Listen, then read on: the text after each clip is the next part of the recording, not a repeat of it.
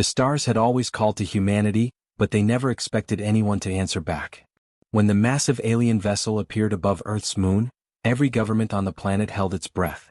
First contact wasn't supposed to happen like this: sudden, unannounced, and utterly beyond human control. Captain James Walker stood in the observation deck of the Unity station, watching the alien ship through reinforced glass.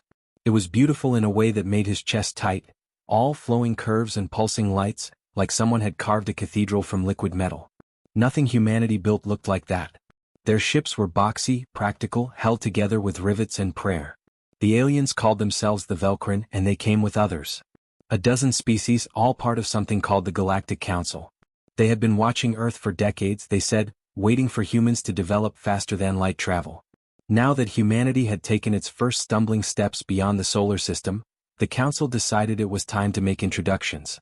Commander Drexel led the Velcrin delegation. He was tall, nearly 8 feet, with skin that shimmered like oil on water. His ceremonial armor was a work of art, silver and gold plates that seemed to flow across his body. When he spoke, a device on his collar translated his words into perfect English. "Your species shows promise," Drexel said, his voice carrying an odd musical quality. "But you are young. Reckless. You require guidance before you can join civilized space." Ambassador Helen Price represented Earth. She was a career diplomat, chosen because she had kept her calm during 3 separate wars and a nuclear standoff.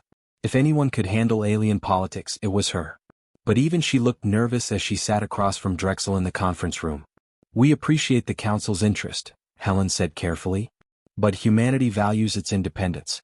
We're willing to learn, to cooperate, but we won't be dictated to." The translator on Drexel's collar buzzed. Several alien observers shifted in their seats. One of them, a creature that looked like a floating crystal, pulsed with red light. "You misunderstand," Drexel said.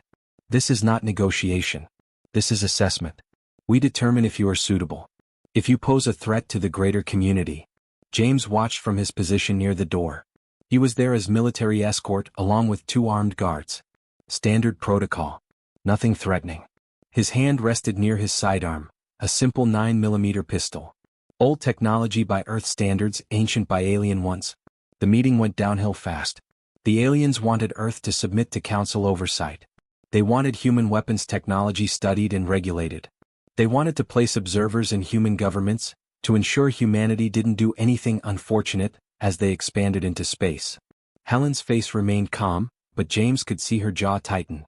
"That's not acceptable," she said. "We won't surrender our sovereignty." Drexel stood, and his armor seemed to glow brighter. "Then you will remain confined to your system until you mature. The Council cannot risk a violent species spreading unchecked." "Violent?" Helen stood as well. "You don't know anything about us. You've been watching from orbit, judging us, and you think—" One of the alien observers made a sharp clicking sound. James turned, his hand instinctively moving to his weapon. The floating crystal pulsed angry red again, and suddenly every alien in the room was on edge. "Threat detected," the crystal's translator announced. "Human carries primitive chemical propellant weapon." Everything happened too fast. One of the guards near James shifted his weight. His boot caught on a loose floor panel. Construction on Unity wasn't quite finished. He stumbled. His hand hit his holster. The safety clicked off. The gun fired. The sound was deafening in the enclosed space. The bullet crossed the room in a fraction of a second and struck Commander Drexel square in the chest. His beautiful armor, designed to deflect plasma bolts and laser fire, proof against every energy weapon the galaxy had invented, might as well have been paper. The bullet punched straight through, spent its energy, and clattered to the floor on the other side. Drexel staggered backward, eyes wide. His hand went to his chest. The armor had stopped the bullet from killing him, barely, but it had penetrated. Blue blood seeped between his fingers. The room erupted. Aliens scattered. Alarms screamed. James and the other guards raised their weapons, not sure who to point them at. Helen shouted for calm, but nobody was listening. Drexel looked at the bullet hole in his chest, then at the humans, then at his fellow council members. James saw something in the aliens' eyes he hadn't expected. Not anger. Fear. "They use kinetic projectiles," Drexel said, his voice shaking. "They still use kinetic projectiles." The floating crystal pulsed bright red. "This species is dangerously primitive.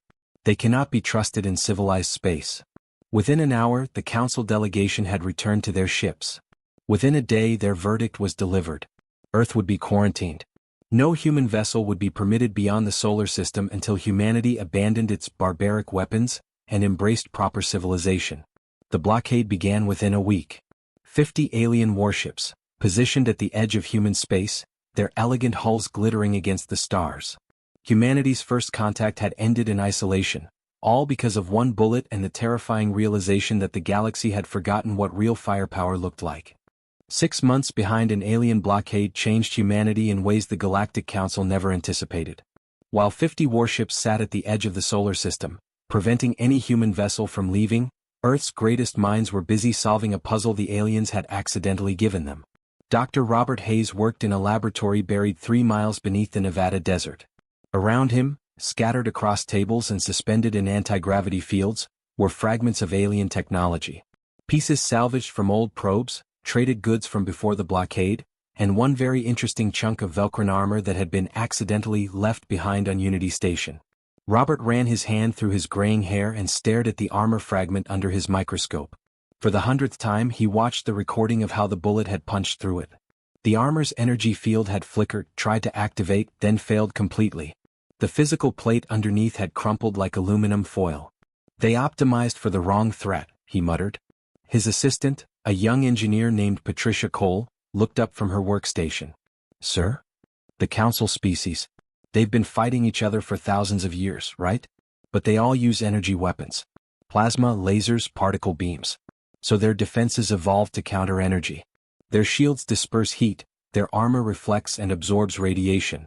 Robert tapped the armor fragment. But kinetic energy? Plain old mass times velocity? They forgot about it. Patricia's eyes widened. So our bullets, our missiles, our railguns would go through their defenses like they weren't even there. Robert leaned back in his chair. We're not primitive. We're a blind spot in their evolution. Upstairs in the Pentagon, General William Cross received Robert's report with a grim smile. He called it Project Thunderstrike. Within weeks, every shipyard on Earth and Mars was retrofitting human vessels with weapons the galaxy had abandoned millennia ago. The destroyer Valiant had its plasma cannons removed and replaced with electromagnetic railguns. Each slug was tungsten, dense and simple, accelerated to a fraction of light speed.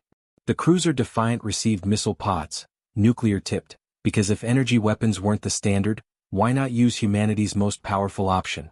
The carrier Resolute became a mobile mass driver platform, capable of hurling asteroids at enemy vessels. Old technology made devastating with new engineering. But General Cross needed intelligence. He needed to know what was happening beyond the blockade, whether the Council was planning an invasion or content to just keep humanity caged forever. Lieutenant Emma Blake volunteered for the reconnaissance mission. She was young, only 26, but she had flown rescue operations through the worst storms on Titan. If anyone could slip past an alien blockade, it was her. Her ship was called the Whisper, a stealth vessel built using alien sensor technology turned against its makers. It was small, barely larger than a fighter, with hull plating designed to absorb radar and LiDAR. It couldn't make Emma invisible, but it could make her very hard to see. She launched from a hidden base on Pluto, far from where the blockade focused its attention. The alien ships were positioned near Earth and Mars, not watching the outer planets carefully. Emma flew slowly, her reactor running cold, using gravity assists to build speed without burning fuel that would give her away. It took 3 weeks to cross the blockade line. Emma held her breath as she drifted past a Velcron destroyer, so close she could see the lights through its viewports. But the alien ship never turned. Its sensors swept past her, found nothing and moved on. Beyond the blockade, Emma discovered a galaxy in turmoil. She intercepted communications, recorded ship movements, and listened to public broadcasts. The Council was fracturing. Some species thought the blockade was necessary. Humans were violent, they argued, and needed to be contained. But others disagreed. They saved themselves from 3 near-extinction events, one broadcast claimed. They split the atom while still using wooden ships. They sent people to their moon before they had computers. These aren't monsters. These are survivors. Emma recorded everything. The Council wasn't united. That meant opportunities. That meant possibilities. Back on his flagship, Commander Drexel stood on the bridge, staring at the holographic display of human space. His chest still ached where the bullet had struck him. The armor had saved his life, but barely. He touched the scar through his uniform and wondered. He had spent 6 months studying humans. Reading their history files, watching their entertainment broadcasts, learning their languages. They were brutal, yes. Their history was full of wars and weapons. But they were also remarkable. They had clawed their way up from their home world with nothing but determination and ingenuity. "Commander," his second officer said, "should we tighten the blockade? Intelligence reports suggest the humans are building new vessels." Drexel hesitated. Orders were orders. The council had decided humanity was too dangerous. But orders could be wrong. "Maintain current positions," he finally said. "But keep sensors active. I want to know everything they're doing." "Yes, Commander." Drexel turned back to the display. Somewhere behind that blockade line, humanity was planning something. He could feel it. The question was whether they would break out in violence or find another way. He found himself hoping for the latter, though he couldn't explain why. Emma Blake returned to Earth after 6 weeks. Her mission data changed everything. General Cross called an emergency meeting. The president listened to Emma's report, then looked at the assembled military leaders. "They're divided," the president said. "That means this blockade isn't permanent. And when it falls, we need to be ready." General Cross nodded. "Project Thunderstrike is on schedule, sir. When the time comes, we'll show them what human firepower really means." The Skrell came without warning, as they always did. Their ships were alive, grown rather than built, pulsing with organic machinery that spread like infection across the stars. They had no interest in diplomacy or trade. They consumed. Entire worlds stripped of resources, populations absorbed into the hive, nothing left behind but barren rock. The Galactic Council had fought the Skrell for 300 years. Sometimes the swarm was beaten back. Sometimes it went dormant for decades. But it always returned, hungrier than before. New Talos was a peaceful colony world, home to 7 million council citizens from a dozen different species. It had farms and universities, art galleries and parks. Children played in streets lined with trees imported from 6 different home worlds. It was, by all accounts, a paradise. The Skrell attack fleet arrived on a Tuesday morning. 300 bioships, each one a living nightmare of chitin and acid, dropped out of faster-than-light travel and began their descent. Orbital defense platforms opened fire immediately, their plasma cannons cutting through the first wave of attackers. But for every Skrell ship destroyed, 2 more took its place. The Council fleet responded within hours. 40 warships, led by the dreadnought Eternal Vigilance, positioned themselves between the Skrell and the colony. Admiral Trell, a 4-armed species called the Novari, commanded the defense. She had fought the Skrell before. She knew what was coming. "All ships, open fire. Target the larger vessels first. We break their formation or we lose the colony." Energy weapons lit up the void. Plasma bolts, laser arrays, particle beams, everything the Council had developed over 10,000 years of civilization. The Skrell ships burned and died, their organic hulls unable to withstand concentrated fire. But they kept coming. They bred faster than the Council could kill them.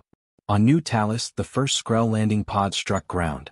Soldiers emerged, if they could be called that, creatures of claw and carapace, driven by hive instinct, feeling no fear or pain. The colony's defense forces fought bravely, but they were outmatched. Evacuation shuttles began lifting off, packed with refugees.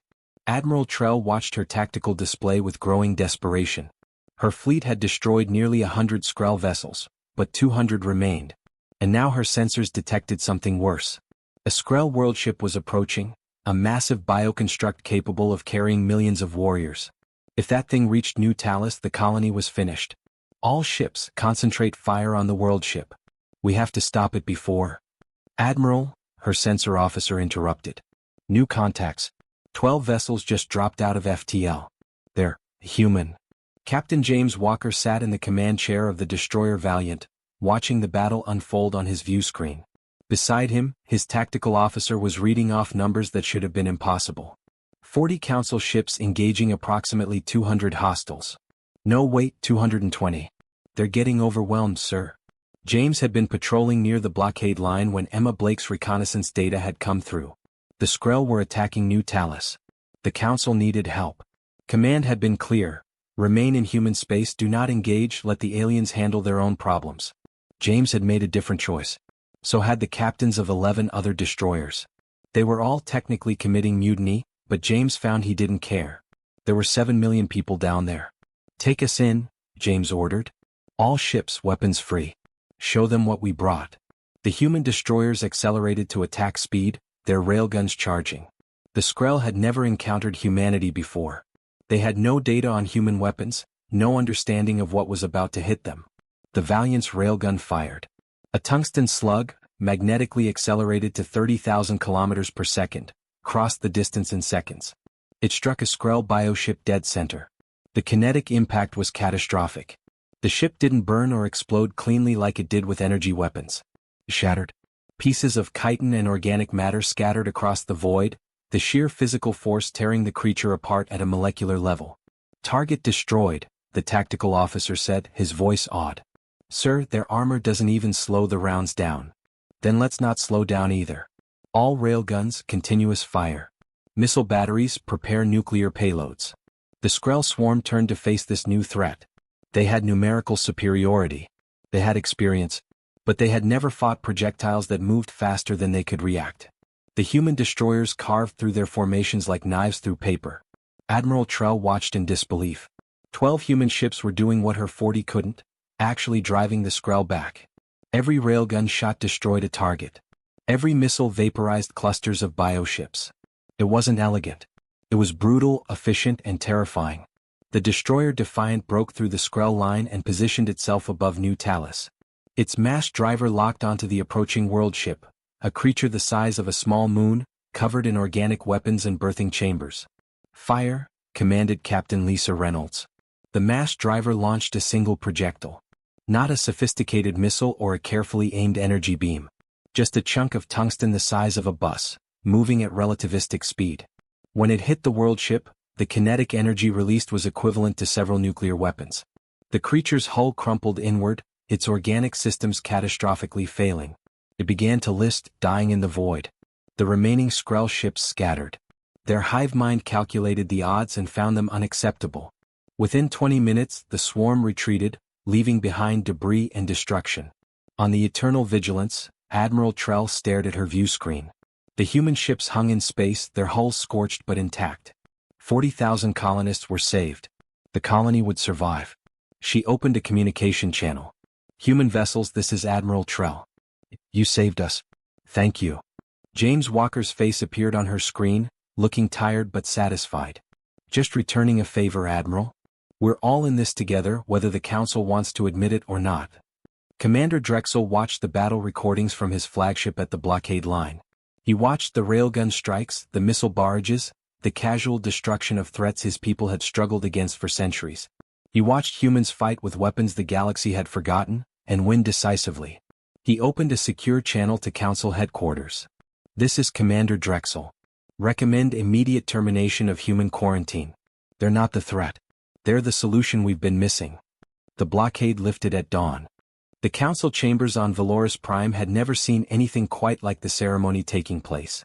Ambassador Helen Price stood at the podium, surrounded by representatives from 47 different species, as the council secretary read the official declaration.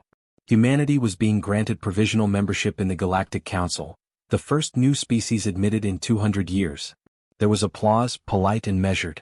But Helen could see the fear in many of their eyes. They had watched the battle recordings from New Talos. They had seen what human weapons could do. Some species saw humanity as saviors. Others saw them as the next threat waiting to happen. We're grateful for this opportunity, Helen said carefully, her words translated into dozens of languages simultaneously. Humanity seeks only cooperation and mutual understanding. We have much to learn from the Council, and perhaps something to offer in return. In the back rows, several delegates shifted uncomfortably. The representative from the Thorin Collective whispered to her aide, just loud enough for the translation devices to pick up. They massacred the Skrull. What happens when they decide we're the enemy? Helen pretended not to hear, but the words stung because she knew others were thinking the same thing. Back on Earth, the integration process began immediately. Council technical advisors arrived to help humanity upgrade their faster-than-light engines. Human engineers traveled to Council worlds to study advanced manufacturing techniques. On the surface, everything looked cooperative. Underneath, tensions simmered. Commander Drexel requested and received assignment as the primary Council liaison to human military forces. His superiors thought it strange. He was a decorated commander, not a diplomat. But Drexel had his reasons. He needed to understand these humans, these survivors who fought like cornered animals and won. He was assigned to train with the Third Fleet, based on Mars. The human officers were polite but distant. They knew he had led the blockade against them. Trust would take time. Lieutenant Emma Blake was different. She approached him in the officers' mess hall on the second day, carrying 2 cups of something that smelled bitter and strong. "Coffee," she said, setting 1 cup in front of him. "Fair warning, it's an acquired taste. Most aliens hate it." Drexel carefully lifted the cup. The liquid was hot and dark. He took a small sip and immediately regretted it. His face contorted and Emma laughed. "Told you. But give it time. Grows on you." She sat down across from him. "So, Commander, what does the Council really think of us?" Drexel set the cup down. "Honestly? They're terrified. You saved 40,000 lives at New Talos, but you did it by being more violent than the enemy. That's not how the Council operates." "How does the Council operate?" Emma asked. "We evolved beyond physical warfare thousands of years ago. Our weapons are designed to disable, not destroy. Our tactics focus on containment and negotiation. We thought we had reached the peak of civilized combat." Drexel gestured at the military base around them. "Then we met you. You still fight like your survival depends on it." "Because it does," Emma said quietly. "We didn't have the luxury of evolving peacefully. Every step forward, something tried to wipe us out. Ice ages, plagues, ourselves. We learned to fight or we learned to die. Those were the options." Drexel found himself thinking about that conversation for days afterward. He began studying human history in depth, not just their wars but everything. Their art, their music, their literature. He discovered a species that celebrated survival, that turned suffering into strength, that refused to quit no matter the odds. During joint training exercises he saw it firsthand. Human soldiers used cover, ambush tactics, and overwhelming firepower. Council soldiers used shield walls, suppression fields, and stun weapons. When they ran simulations against each other, the humans won almost every time. Not because they were better trained or more intelligent, but because they fought to win, not to look civilized while doing it. But not everyone appreciated the lessons humanity offered. The Sovereignty faction was a political group within the Council, led by a stern politician named High Arbiter Queln. They believed the Council had lost its way, that allowing humanity in was contaminating thousands of years of civilized progress. Queln gave speeches in the Council chambers, warning that human violence would spread like disease. "They offer us weapons," he proclaimed. "But weapons change those who wield them. We will become like them, brutal, savage, primitive. Is that the future we want?" His followers grew in number. Many species, comfortable in their peaceful existence, feared change. They had watched the battle at New Talos and seen not heroes, but monsters who killed efficiently and without hesitation. Thomas Reed worked in human intelligence, analyzing Council communications. He was 34, balding early, and had a gift for seeing patterns others missed. For weeks he had been tracking unusual encrypted messages between Sovereignty faction members. They were planning something, but his clearance level wasn't high enough to break their encryption. He brought his findings to General William Cross, who listened with a deepening frown. "How certain are you?" Cross asked. 70%. "They're coordinating across multiple worlds, moving resources, and they're getting more aggressive in their rhetoric. Sir, I think they're planning to remove us from the Council, by force if necessary." Cross stood and walked to his office window looking out at the earth below. "We just got here. We saved their people. And they're already plotting against us." "Some of them are," Thomas clarified. "Others support us completely. That's the problem. The Council is splitting down the middle, and we're the issue dividing them." Meanwhile, on Valoris Prime, Ambassador Helen Price was receiving similar warnings. A junior Council aide, a timid creature named Bellis from a species called the Tyran, approached her privately. "Ambassador, please be careful. There are those who wish you harm.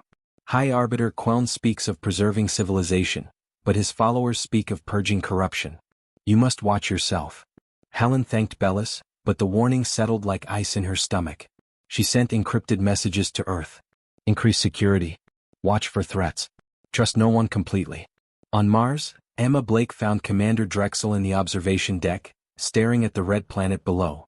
"You look worried," she said. "I am," Drexel admitted. "I hear things from my people. The Sovereignty faction grows stronger. They hate what humanity represents: change, disruption, a reminder that the Council's way isn't the only way." He turned to face her. "If they move against you, it won't be fair. It won't be honorable. They'll frame you, turn the Council against you, and justify it as protecting civilization." Emma crossed her arms. "Then we need to be ready. Question is, whose side are you on, Commander?" Drexel didn't hesitate. Yours? The council needs to change even if it doesn't want to. You showed us that at New Talos. Now I just hope we survive what comes next. Far away on Valoris Prime in a secured chamber, High Arbiter Queln met with his closest followers. Plans were laid. Resources allocated. A date was chosen. Humanity will be removed, Queln declared. And the council will return to purity. This is not cruelty. This is necessity. His followers nodded agreement, convinced they were saving civilization. None of them considered that the greatest threat to civilization might be those too afraid to let it evolve. The Unity Summit was supposed to be a celebration. Leaders from across the galaxy gathered on Valoris Prime to formally welcome humanity into the Galactic Council.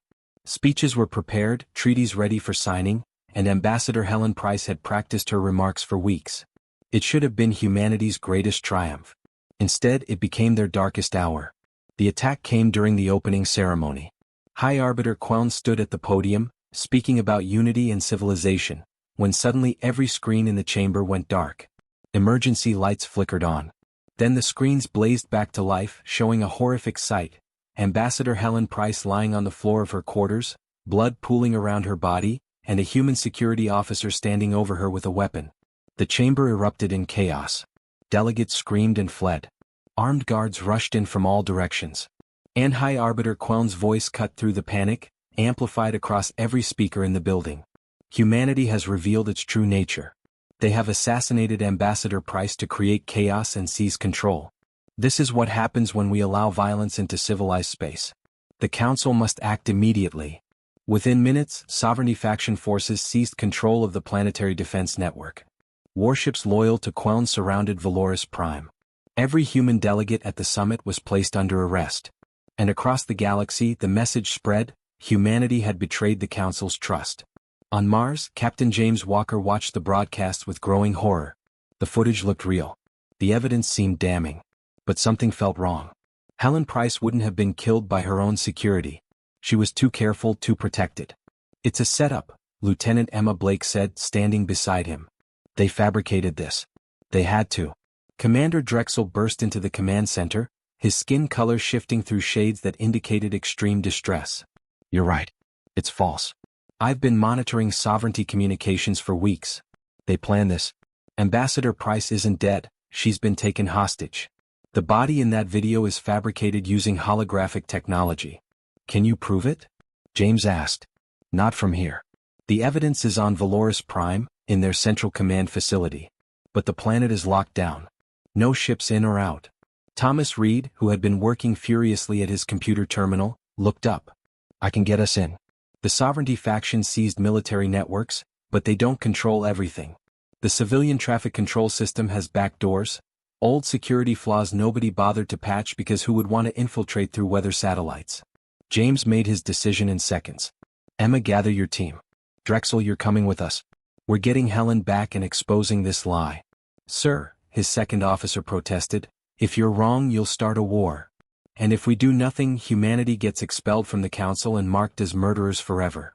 James grabbed his coat. I'll take my chances with the truth. The mission required 2 ships. The Whisper, Emma's stealth vessel, would carry the infiltration team. The Valiant would hang back at the edge of the system, ready to extract them or fight if everything went wrong. Thomas Reed hacked through 6 layers of civilian security, creating a flight path that looked like a regular supply shuttle. They made it to Valoris Prime's surface without detection. The capital city was under martial law, with Sovereignty forces patrolling every street. Emma led them through service tunnels beneath the government district, following maps that Drexel had pulled from Council databases. The central command facility is 3 blocks east, Drexel whispered. They're holding Ambassador Price there, and their fabrication equipment will have logs proving the assassination video was fake. They emerged from the tunnels near a public plaza. Sovereignty soldiers were everywhere, checking identification and searching civilians. James counted at least 40 hostiles between them and their target. His team was 12 strong, good soldiers but outnumbered. We could fight through, Emma suggested quietly. James shook his head. No. We prove we're different. We prove we're better. He activated his communication device. All team members switched to non-lethal loadouts. Stun rounds only. Riot shields and gas. We take this building without killing anyone. His team looked at him like he was insane, but they obeyed. Weapons were switched. equipment redistributed. They were about to storm a military facility using techniques designed for crowd control, and every one of them knew the odds were terrible. They moved fast. Smoke grenades went through the facility's front windows.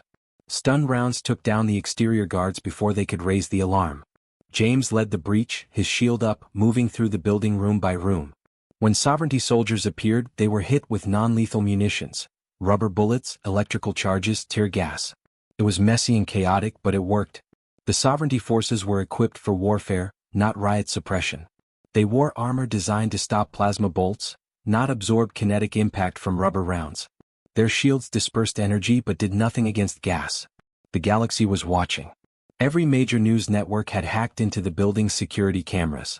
Billions of beings across hundreds of worlds watched human soldiers fight with restraint that this civilized Sovereignty faction had abandoned. They found Ambassador Helen Price in a detention cell on the 3rd floor, very much alive, along with the holographic equipment used to fake her death. Thomas Reed downloaded everything: video logs, communication records, planning documents. The evidence was overwhelming. High Arbiter Queln tried to escape through a private landing pad on the roof. Emma Blake cut him off, her stun weapon aimed at his chest. "It's over," she said simply. Queln raised his hands, his expression twisted with rage and disbelief. "You were supposed to be barbarians. You were supposed to prove us right." "We're survivors," Emma replied. "And we learned a long time ago that real strength isn't about firepower. It's about knowing when not to use it." The coup collapsed within hours. Sovereignty leaders were arrested. Council loyalists resumed control. And humanity's reputation transformed overnight. The species that everyone feared for their violence had taken a government facility without a single casualty. 3 days later, James Walker stood beside Commander Drexel at the newly opened Joint Military Academy on Valoris Prime. Human and alien officers trained side by side, learning from each other. The curriculum included both energy weapons and kinetic systems, both negotiation tactics and combat operations. "Your firepower saved us at New Talos," Drexel said, watching the cadets run drills. "Your restraint saved us here." James smiled slightly. Helen said something before all this started. She said the galaxy needed to learn that humanity isn't just about fighting harder. It's about fighting smarter and knowing when not to fight at all. "Your ambassador is wise." "She is. And she's right.